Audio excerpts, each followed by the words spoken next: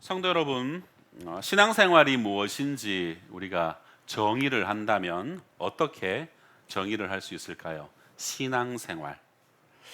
일반적으로 신앙생활은 하나님의 말씀을 따라 생각을 하고 그리고 그 말씀을 생각한 대로 행동하는 삶의 어떤 총체적인 행위, 이것을 우리가 보통 신앙생활이다라고 얘기를 합니다. 좀 더 구체적으로 표현하면은 매 주일 예배 참석하고 또 교회에서 있는 활동에 참여하고 성경을 규칙적으로 읽고 세상에서 그 말씀대로 따라 살아가면서 그 말씀을 각 생활의 영역에 적용하고 하나님의 나라와 의를 이루어가는 것, 그것이라고 우리 신앙생활을 정의할 수가 있겠습니다. 여러분, 이 일이 쉽지 않잖아요, 그렇죠? 그렇기 때문에 이렇게 하기 위해서 우리는 늘 성령을 의지하여 기도하게 됩니다. 그래서 새벽 기도도 하고 지금처럼 이렇게 금요 기도에 나와서 함께 우리가 말씀을 찾아 듣고 그리고 말씀을 붙잡고 기도 제목 삼아서 그렇게 기도하고 때때로는 우리가 절박한 상황에 있을 때 금식하며 하나님께 은혜를 구하기도 하죠.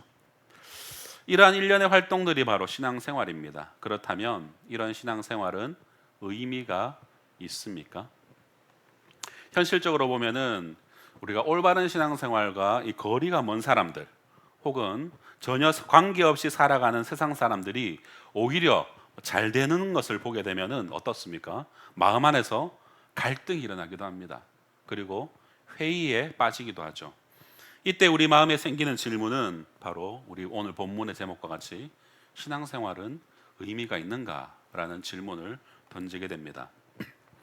오늘은 이 말라기서에 기록된 이 본문을 통해서 이 신앙생활은 의미가 있는가라는 질문에 대해서 신앙생활은 의미가 있다라는 것을 우리가 어떻게 설명하고 있는지를 함께 살펴보고 이것을 우리 가슴에도 새기게 되는 그런 시간이 되길 소망합니다. 먼저 말라기의 시대적 배경을 좀 살펴볼까요? 여러분, 말라기서는 하나님께 범죄함으로 심판을 받아서 바벨론 포로를 갔다 가게 되었고 70년간의 이 바벨론 유수를 끝내고 나서 다시 하나님의 은혜로 말미암아 주전 539년에 이 바벨론을 멸망시켰던 이 페르시아의 고레스 왕이 그가 칙령을 바라면서 그 이제 지배 지역에 살고 있는 모든 원주민들이 자기의 고향으로 돌아갈 것을 허락하는 이 고레스 칙령으로 인하여서 그들이 돌아올 수 있게 되었죠. 그렇게 예루살렘으로 돌아와서 주전 516년에 성전을 건축한 이후에 재건축을 하게 되죠. 재건축을 하게 되고 약 40에서 50년이 지난 뒤에 이스라엘의 신앙 상태가 바로 말라기의 시대다라고 할 수 있습니다. 바로 그때의 이스라엘의 어떤 신앙 상태 그리고 사회 현상 이런 것들을 말라기서는 우리에게 시사해주고 있다라는 겁니다. 이때 여러분, 하나님의 큰 은혜를 직접 경험했거나 들었던 세대가 하나님의 은혜를 잊어버리고 제사장직이 타락을 하게 되고 우상을 숭배하게 되고 사회 질서가 무너지고 사회적 약자들을 학대하는 등 각종 부도덕한 현상들이 이스라엘 이 땅에 나타나게 되었던 겁니다. 이런 부도덕한 현상들을 말라기서 1장, 2장에서 잘 기록하고 우리에게 보여주고 있습니다. 말라기서는 이러한 때에 하나님이 말라기 선지자를 통해서 주셨던 하나님의 말씀입니다. 오늘 우리가 살펴볼 본문은 그 중에 하나는 이 잘못된 신앙의 태도를 지적해주고 있는 3장 후반부의 말씀이 우리에게 잘 기록되어져 있습니다. 그래서 오늘 본문을 통해서 우리는 신앙생활의 이제 잘못된 태도를 우리가 좀 살펴보고 하나님이 경외하는 태도는 무엇인지 그리고 하나님은 이런 잘못된 태도와 하나님을 경외하는 태도에 대해서 하나님 어떻게 말씀하시는지 이 세 가지를 한번 순차적으로 좀 살펴보고자 합니다. 첫째로는 신앙생활에 대한 잘못된 태도, 바로 헛되다라는 이 태도에 대해서 좀 먼저 살펴보고자 합니다. 하나님의 백성 이스라엘 백성들이 여러분 하나님 앞에 어떤 반응을 보였습니까? 오늘 본문 13절을 한번 보십시오. 13절을 같이 읽어보겠습니다. 시작. 여호와가 이르노라 너희가 완악한 말로 나를 대적하고도 이르기를 우리가 무슨 말로 주를 대적하였나이까 하는도다. 아멘. 여호와께서 너희가 완악한 말로 나를 대적하였다라고 지적하셨습니다. 그런데 여기에서 완악하다라는 말은 억세게 고집스럽고 모질다라는 그런 뜻이죠. 억세게 고집세고 모질다라고 할 때에 여러분 문득 정말 내 주변에 있는 이 사람, 정말 억세고 모질고 고집스럽다라고 문득 떠오르는 사람들이 있겠지만 또 혹은 스스로를 정말 나 억세고 고집세고 그렇다 모질다라는 생각이 들 수도 있겠습니다. 그런데 여러분 성경에서도 그런 인물들이 많이 등장하죠. 그 중에서도 가장 대표적인 사람이라고 한다면 출애굽 당시의 애굽의 왕 바로 왕일 것입니다. 하나님께서 10가지 재앙을 내려서 자기 백성을 내보내라고 그토록 모세를 통하여서 그렇게 말씀하시고 설득도 하시고 돌이킬 기회도 줬지만 그는 그렇게 모두 10번 다 마음을 돌이키지 않았습니다. 그 주변의 신하들조차 이 재앙이 너무 힘겨워서 이 출애굽 10장 7절에 보면 이렇게 말하죠. 그 사람들을 내어 보내어서 그들의 하나님 여호와를 섬기게 하소서. 왕은 아직도 애굽이 망한 줄을 알지 못합니까? 라고 이렇게 조언을 할 정도로 이렇게 이 바로 왕은 완악했다는 것을 알 수 있습니다. 그런 신하들의 충언을 듣고도 바로는 마음을 돌이키지 않았죠. 성경은 이러한 바로를 가리켜서 마음이 완악하다라고 했습니다. 출애굽기 곳곳에 이러한 표현이 사용되었는데 바로 오늘 본문에 사용된 이 동사 완악하다라는 이 동사 하자크라는 단어 동일하게 사용되어지고 있다는 거예요. 이와 같이 성경 여러 곳에 이 하자크라는 단어가 사용된 사례를 보게 되면 이 말라기 당시에 이 이스라엘 백성들이 얼마나 완악했는지를 우리는 가늠해 볼 수 있죠. 그리고 이 말라기가 끝나고 난 이후부터 어떤 일이 벌어집니까? 우리가 흔히 알고 있는 암흑기라고 하고 중간기라고 하는 이 이스라엘의 암흑기 400년의 시간이 예수님 오기까지 400년의 시간이 이제 하나님을 침묵하시는 것을 알 수가 있죠. 그들이 얼마나 완악했는지를 알 수 있는 대목입니다. 그렇다면 하나님께서 말라기 선지자를 통해서 이렇게 말씀하실 때 당시 이 이스라엘 백성들은 어떻게 반응을 했는지 한번 볼까요? 13절 후반부에 우리가 무슨 말로 주를 대적하였습니까? 라고 그들은 이렇게 반응을 하죠. 이것이 잘못을 지적해도 억세게 고집센 사람들이 보이는 전형적인 반응 아니겠습니까? 내가 무슨 말로 그렇게 했는데요? 라고 이렇게 할 수 있는 것이죠. 이러한 사람들이 한 완악한 말이 이어지는 말라기 3장 14절에서 15절에 기록되어 있습니다. 무엇라 기록되어 있습니까? 이는 너희가 말하기를 하나님을 섬기는 것이 헛되니 만군의 여호와 앞에 그 명령을 지키며 슬프게 행하는 것이 무엇이 유익하리요? 지금 우리는 교만한 자가 복되다 하며 악을 행하는 자가 번성하며 하나님을 시험하는 자가 화를 면한다 하노라 라고 말하죠. 그들이 이렇게 말하고 있다는 겁니다.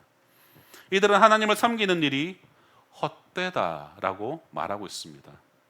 헛되다라는 말은 의미가 없다, 공허하다라는 뜻이기도 하고 원어적 의미로는 속임수, 사기라는 그런 뜻을 담고 있습니다. 이들은 지금의 이 어려움이 과거 하나님과 맺은 언약의 말씀을 자기들이 지키지 않아 가지고 그들이 악을 행한 결과로 인식하고 있는 것이 아니라 일방적으로 하나님은 약속하셨는데 왜 약속을 안 지킵니까? 왜 우리를 이렇게 비참하게 내버려 두십니까? 라고 하나님이 우리를 속이고 계신다고 그들은 그렇게 일방적으로 주장하고 있는 거예요. 그들은 사기당했다고 인식하고 있는 이들의 완악한 행태를 보여주고 있는 어떤 본이라고 할 수 있죠. 그런 하나님께서는 이들을 사랑하셨기 때문에 다시 바벨론 포로 생활에서 가나안 땅으로 돌아와서 성전도 재건하게 하셨고 하나님 은혜를 받게끔 인도하셨습니다. 그런데 시간이 지나면서 이들은 과거에 베풀어 주셨던 이 모든 하나님의 은혜를 이들이 잊어버린 겁니다. 망각을 해버리게 된 겁니다. 은혜를 망각해버린 것이죠. 그래서 그들의 신앙은 타성에 젖게 되고 습관적이고 형식적인 그런 신앙생활을 하게 되었던 것입니다. 여러분 이 말씀을 보면은 그들은 하나님을 섬기는 생활 가운데 아주 중요한 두 가지 핵심 요소인 그것이 헛되다라고 말하고 있습니다. 하나는 하나님의 명령을 지키는 그것이 헛되다라고 말하고 있고 또 하나는 슬프게 행하는 것이 헛되다라고 말하고 있습니다. 한번 살펴볼까요? 신앙생활의 핵심적 요소 가운데 하나는 여러분 하나님의 말씀 그것을 여러분 지키는 거죠. 이것이 여러분 신앙생활의 핵심입니다. 하나님의 말씀을 지키는 일은 하나님을 사랑하고 하나님을 섬기는 그런 방법이요 하나님과 교제하는 방법이 바로 하나님의 말씀을 지키는 것입니다. 또한 이 세상에서 하나님의 나라를 건설하는 방법, 하나님의 나라를 확장해가는 방법, 여러분 그것이 하나님의 말씀을 지키는 것입니다. 그런데 그들이 말하길 이것이 의미가 없다, 헛되다라고 말하고 있는 것이죠. 또 한 가지가 무엇이었습니까? 슬프게 행하는 것, 그것이 헛되다라고 말합니다. 여기서 슬프게 행하는 것은 하나님 앞에서 자신의 부족을 인정하고 죄를 회개하는 행위를 말하는데, 죄를 회개하는 일은 과거의 잘못된 어떤 삶을 청산하고 새로운 삶을 사는 방법으로, 여러분 이 역시 신앙생활의 핵심적인 요소입니다. 우리가 하나님의 말씀대로 사는 것, 이것을 하는 것이 핵심적인 요소인데, 이것이 우리의 의지대로 잘 되지 않을 때가 있잖아요. 하나님 말씀에 불순종할 때가 있잖아요. 그렇게 되면은 그것으로 끝나버리면 우리에겐 아무런 소망이 없지만, 하나님께서는 여기에 대비해서 회개할 길을 열어주셨다는 거예요. 회개하면은 다시금 하나님의 말씀을 순종할 수 있게 된다는 겁니다. 그러니 말씀을 따르는 것과 슬퍼하며 회개할 수 있는 것, 이것은 아주 핵심적인 요소라고 할 수 있죠. 그런데 이것조차도 이들이 헛되다라고 말하고 있습니다. 오늘날로 말하면은 공적인 예배에 참여해서 새벽 기도에 참여하는 것이나 자신의 죄를 회개하고 하나님의 은혜를 구하는 그런 일들, 그리고 일상에서 하나님의 말씀에 순종하고 그렇게 구별되어 살려고 의롭고 거룩하게 살아가는 그런 일들, 그것이 의미 없다라고 말하는 것과 진배 없는 것이죠. 그렇다면 도대체 당시 이스라엘 백성들에게 나타난 사회적 현상들은 어디에 있길래 이들은 하나님을 섬기는 일이 의미 없다, 회개하는 것이 의미 없다라고 말을 하고 있었을까요? 말라기 3장 15절을 보십시오. 지금 우리는 교만한 자가 복되다 하며 악을 행하는 자가 번성하며 하나님을 시험하는 자가 화를 면한다. 여기에 지금이라는 말은 현재 그들 눈앞에 보이는 현상을 가지고 설명하고 있는 것입니다. 지금 그들 눈앞에 보이는 현상을 볼 때에 교만한 자들이 잘 되고 있는 거예요. 악을 행하는 자가 번성하고 있는 겁니다. 하나님을 시험하는 자가 화를 면하고 있다는 거예요. 그런 모습을 보니 신실하게 따르려고 발버둥치는 그들의 마음에 어떻게 그것이 동조가 되어지고 마음에 시험이 찾아오지 않았겠습니까? 여기 세 번째로 하나님을 시험한다라는 말은 이 부정적인 의미로 사용될 때는 이 도전한다라는 그런 의미로 쓰여집니다. 그래서 영어 성경을 보게 되면은 챌린저라는 단어를 쓰고 있습니다. 우리 시대도 여러분 교만하고 악을 행하면서 하나님께 도전하는 자들이 많이 있습니다. 교만하고 악을 행하는 사람들이 잘 되고 사회적으로 높은 지위에 오르는 그런 모습들을 보게 되면은 우리의 마음에도 갈등이 여러분 생기지 않겠습니까?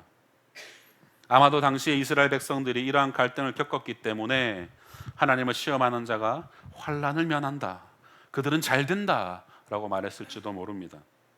사랑하는 성도 여러분, 사실 우리가 사는 현실적인 상황과 우리의 믿음이 달리 보일 때 우리는 쉽게 갈등하게 됩니다. 여기에서 신앙의 회의가 생겨납니다. 그리고 도덕적 회의주의에 빠지게 됩니다. 내가 도덕적으로 윤리적으로 잘 준수하면서 살아본들 나만 손해보고 되는 것도 없고 알아주는 사람도 없는데 뭐하러 그렇게 사나? 라는 그런 질문이 우리 안에 불쑥 찾아온다라는 겁니다. 결국 이런 회의주의는 실제로 예배하는 일과 말씀을 탐독하는 일과 기도하는 일을 중요하게 생각하지 않게 할 뿐만이 아니라 더 나아가서 하나님을 무시하는 삶의 현상으로 드러나게 되더라라는 겁니다. 하나님을 무시해버리는 모습이 우리 삶에 나타나게 된다는 겁니다. 그렇다면 이러한 갈등이 우리 속에 있을 때 우리 믿는 신자들은 어떻게 해야 합니까? 우리도 이렇게 회의적인 자세를 가지고 하나님을 섬기는 일은 의미가 없다라고 생각을 하고 하나님의 계명을 지키고 거룩하게 사는 일을 우리도 그냥 과감하게 버려버려야 하는 것입니까? 여러분, 결코 과거 이스라엘 백성들의 행태를 우리는 따라가서는 안 됩니다.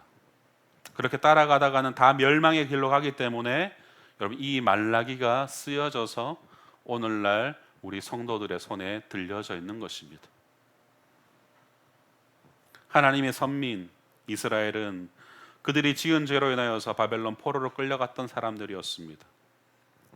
그런데도 불구하고 하나님께서는 그들을 저항할 수 없는 은혜로 고레스 왕의 마음을 바꾸시고 그의 칙령으로 다시 고국 땅으로 돌이켜올 수 있게 하셨고, 성전을 재건할 수 있도록 은혜를 베풀어 주셨고, 다시 하나님과 교제할 수 있는 길을 열어주셨던 그런 기적을 체험했던 사람들, 그들이 바로 하나님의 선민, 하나님의 백성, 이스라엘 백성들이었습니다.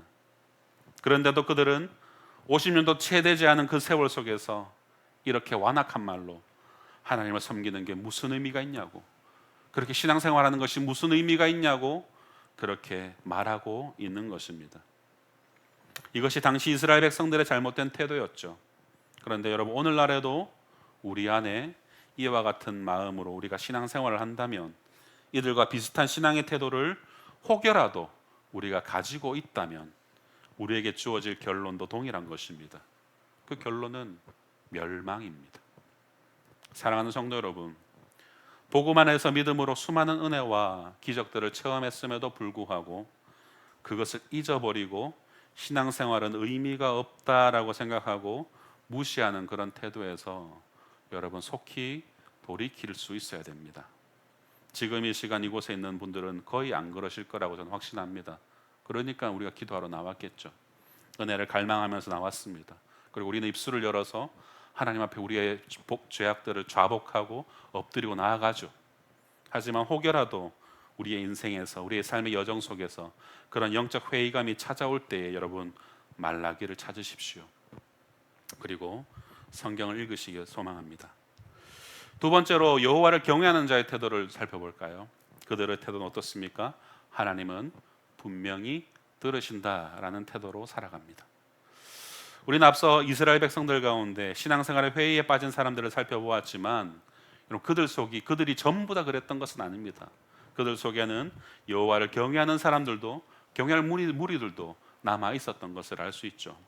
말라기서 3장 16절을 우리 같이 읽어보겠습니다. 16절입니다. 시작. 그때 여호와를 경외하는 자들이 비참하라매 여호와께서 그것을 분명히 들으시고 여호와를 경외하는 자와 그 이름을 존중히 여기는 자를 위하여 여호와 앞에 있는 기념책에 기록하셨느니라. 아멘. 말라기 선지자 당시에 하나님을 섬기는 일이 의미가 없다라고 생각하고 하나님의 법을 무시하고 인간적인 방법대로 살아가는 그런 사람들이 많았던 그 시대에도 여전히 신실하게 여호와를 경외하는 경건한 사람들이 그곳에 있었던 것을 알 수 있죠. 그들은 서로 바라보면서 어떻게 합니까? 피차에 말하죠. 서로 격려하면서 말합니다. 하나님이 분명 들으신다. 하나님은 결코 외면하지 않으신다라고 서로 격려하더라는 거예요. 그러면 여호와를 경외하는 자들이 서로 어떤 말로 격려하였을까요?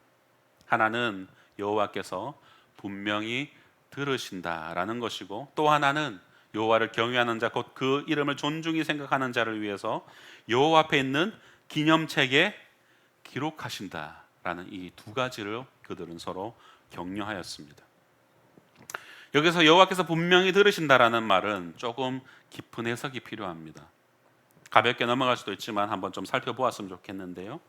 히브리 원어 성경을 보게 되면 이렇게 기록되어 있습니다. 바이 야크쉐브 야훼 바이 이시마라고 적혀 있습니다. 어려운 말이지만 제가 말씀드린 이유가 있어요.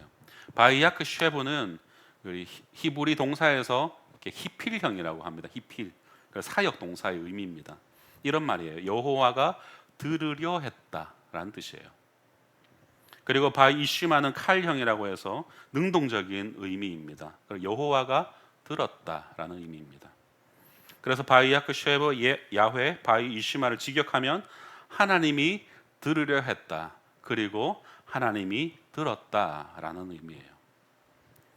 하나님이 들으려 했다라는 것은 하나님이 의도적으로 듣는다라는 것이고, 하나님이 들었다라는 것은 그의 귀에 부르짖는 소리가 들려왔다라는 것이죠. 그래서 영어 성경에서도 보게 되면 이렇게 The Lord listened and heard라고 적혀 있습니다. listen과 hear이라는 이 두 단어를 다르게 쓰고 있어요. listen은 보통 우리가 영어를 가르칠 때 어떤 의미로 가르치고 있습니까?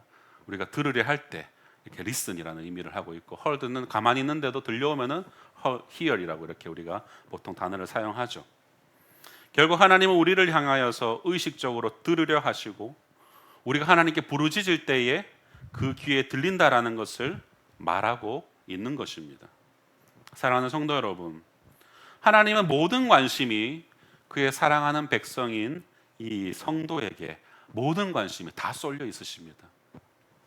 우리의 기도를 의도적으로 하나님이 귀를 기울여 들으신다라는 겁니다. 귀를 쫑긋 세우고 우리가 무슨 기도를 하는지 귀를 기울이신다는 거예요. 또한 우리가 개인적으로 아파하거나 힘들어하는 삶의 여러 문제를 앞에 두고 간절히 기도하면은 하나님이 하나님의 그 귀에 들려지도록 우리가 기도를 해야 된다는 것도 말하고 있어요. 이것이 바로 16절에서 하나님을 경외하는 자들이 피차간에 하나님이 우리의 기도를 분명히 들으신다라는 이 문장에 가지고 있는 의미라는 것입니다. 성도 여러분, 우리는 이런 생각을 참 많이 합니다. 하나님이 어련히 알아서 들으실 거야.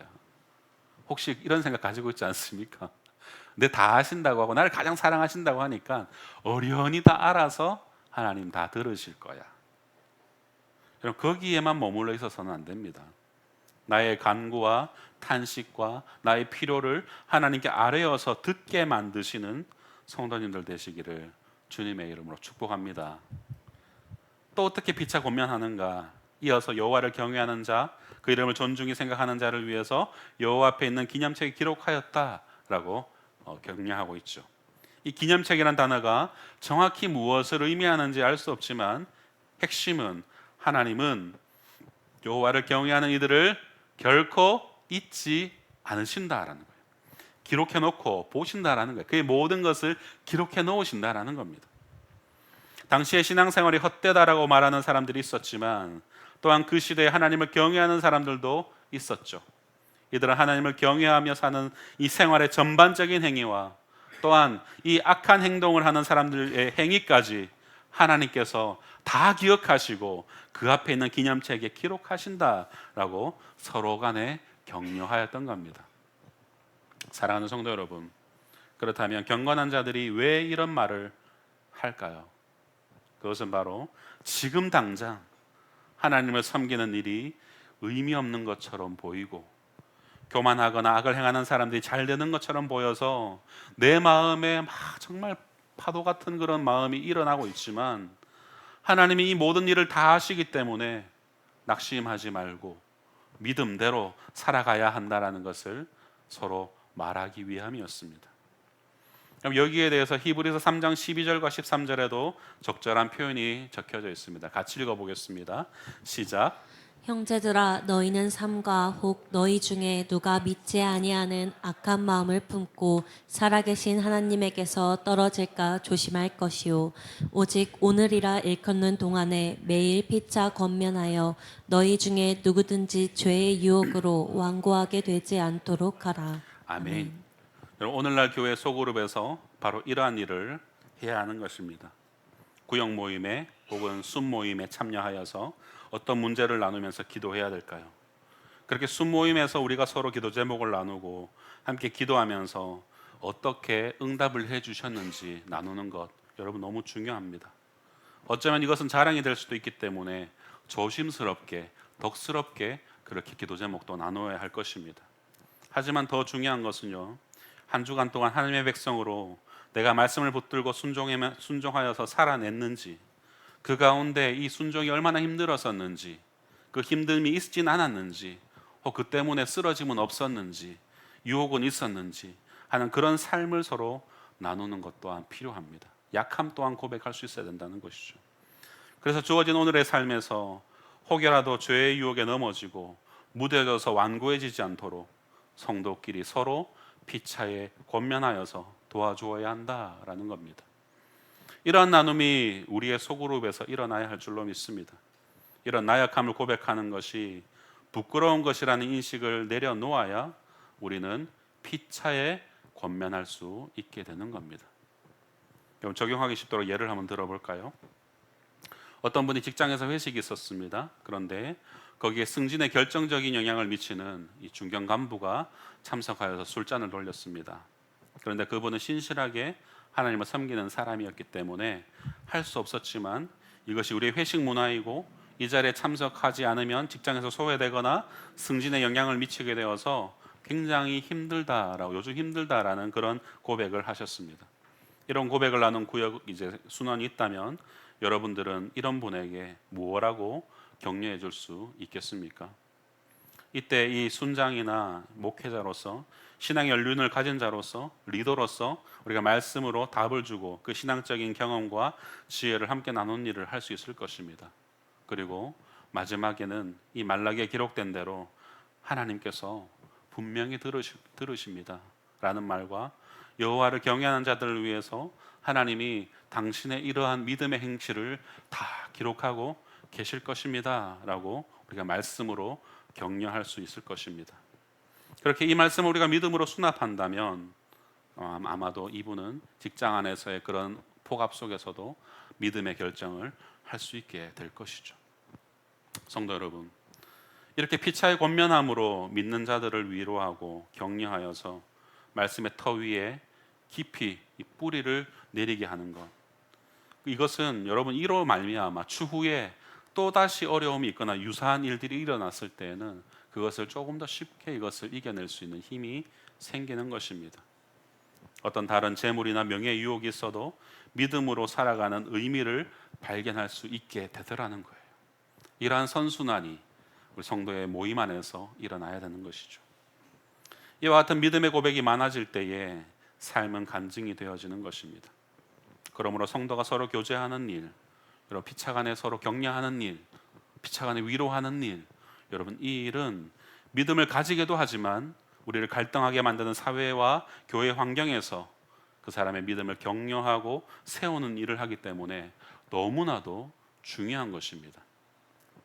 이러한 이유 때문에 우리가 매주 고백하는 사도신경에도 이렇게 고백하죠. 성도가 서로 교통하는 것과 그것을 우리가 어떻게 한다고요? 믿습니다라는 겁니다. 성도가 서로 교통하는 것을 우리는 믿습니다라고 말하죠. 여러분 이 고백은 교회 안에 다양한 모습의, 다양한 신분의, 다양한 성격의 사람들이 있지만 예수 그리스도 안에서 성령을 의지하여서 그들과 교제하며 믿음을 격려하고 서로 돕는 일이 중요합니다 라는 것을 믿는다는 그런 의미가 담겨 있는 거예요. 사랑하는 성도 여러분, 하나님은 하나님을 경외하는 경건한 자들의 음성을 들으시고 그의 모든 행적을 그의 기념책에 기록하십니다. 이것이 여러분에게 능력으로 다가오시기를 소망합니다. 그리하여서 세상을 이기는 성도로 세워지는 우리 모든 성도님들 되시기를 주님의 이름으로 축복합니다. 그렇다면 세 번째로, 신앙생활을 하는 것은 헛되다고 말하는 자들에게 그것이 잘못되었다라는 것과 하나님을 경외하는 자들에게 그것이 의미가 있다라는 것, 그것에서 하나님이 도대체 뭐라 하시는가, 그것을 살펴보려고 합니다. 뭐라 할까요? 바로 분별하겠다라는 겁니다. 말라기 3장 17절에서 18절 같이 읽어보겠습니다. 시작. 만군의 여호와가 여호와가 이르노라. 이르노라. 내가 나는 정한 날에 그들을 나의 특별한 소유로 삼을 것이요 또 사람이 자기를 섬기는 아들을 아낌같이 내가 그들을 아끼리니 그때 너희가 돌아와서 의인과 악인을 분별하고 하나님을 섬기는 자와 섬기지 아니하는 자를 분별하리라. 아멘. 이 말씀의 핵심은 우리가 하는 신앙생활은 결코 의미 없는 것이 아니라 정한 날에 분명히 차이가 있다라는 것입니다. 여기에 보면 정한 날에 그들을 특별한 소유로 삼고라는 말씀이 있죠. 여기에 특별한 소유라는 말은 히브리어로 서굴라라는 단어입니다.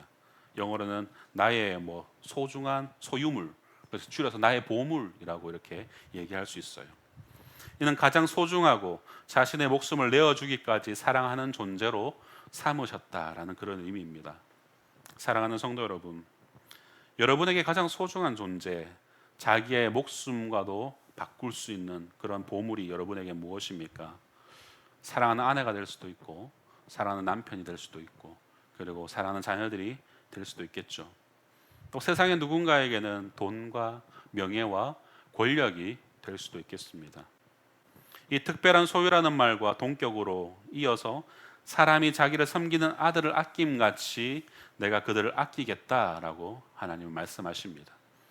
하나님께서 이러한 표현을 사용하신 것은 하나님께서 그를 경외하는 자기 백성을 어떻게 하시는지를 너무나도 여실히 잘 보여주고 있는 대목입니다.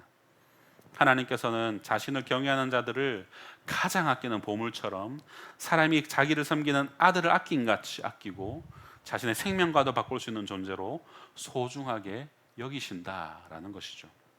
그리고 이 말씀대로 하나님은 예수 그리스도를 우리에게 보내어 주셨습니다. 그래서 이것을 증명해 보여주셨습니다.